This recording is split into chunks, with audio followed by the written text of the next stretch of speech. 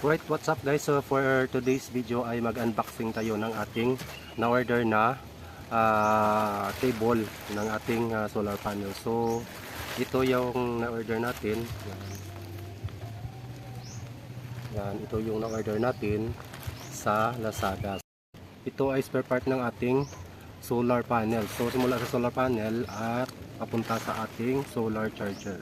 So i-unbox na natin ito guys. So samahan niyo ako sa ating pag-unbox ng ating cable ng solar panel.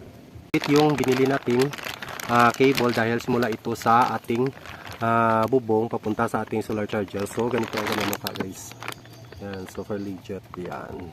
So nag-invest tayo ng ating solar panel, solar charger at saka solar battery dahil wala pa tayong naikabit na kuryente sa bahay. So hindi natin afford at saka nais nating iwasan yung pagbabayad sa kuryente na sobrang mahal ngayon, lalo na't nagmahal ang gasolina ngayon. So sumasabay din yung ating kuryente dahil ilan sa mga ginagamit natin ay ilan sa mga generator na nag-generate ng kuryente ay galing sa diesel o di kaya ay gasolina, kung kaya't sumabay din ang pagtaas ng kuryente sa pagtaas ng gasolina. So yan. So kung kaya't nag-invest tayo ng mini solar. So simula sa ating baterya papunta sa ating appliances ay kayang-kaya. So lalo na't electric fan, rice cooker at saka heater. So sa susunod mag-upgrade tayo ng ating baterya upang lalo nating magamit ito sa ating refrigerator at saka sa plancha. So yan. So ito na guys, no, tingnan natin ang ating port. So yan. So ito yung itim. Meron itong adapter. Ayan. So sobrang ganda guys, no. Kung tingnan natin ay sobrang legit dahil parang makapal ang kanyang wiring. So ito yung isaksak natin sa ating solar at ito naman ay kunin natin dahil walang ganito sa ating solar charger, kung kaya't putulin na lang natin ito. Ang maaari lang natin itong isaksak sa ating solar ay itong male adapter. So yan. So meron din ito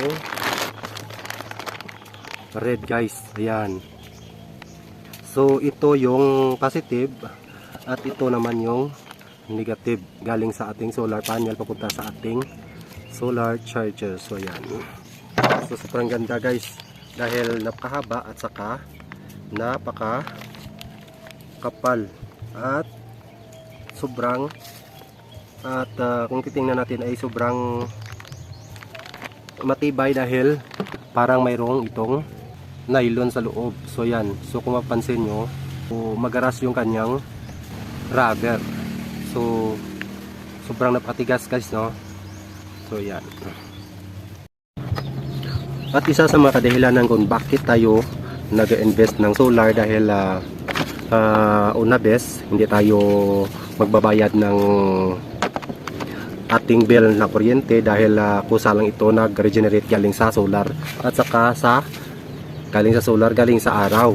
Kung kaya't nag-invest tayo ng solar dahil maiwasan natin ang magbayad sa napakamahal na kuryente at saka nasasayang yung sikat na araw na maaari pa nating magamit na maging kuryente at saka maging ilaw sa ating bahay, kung kaya't kailangan natin ng solar panel.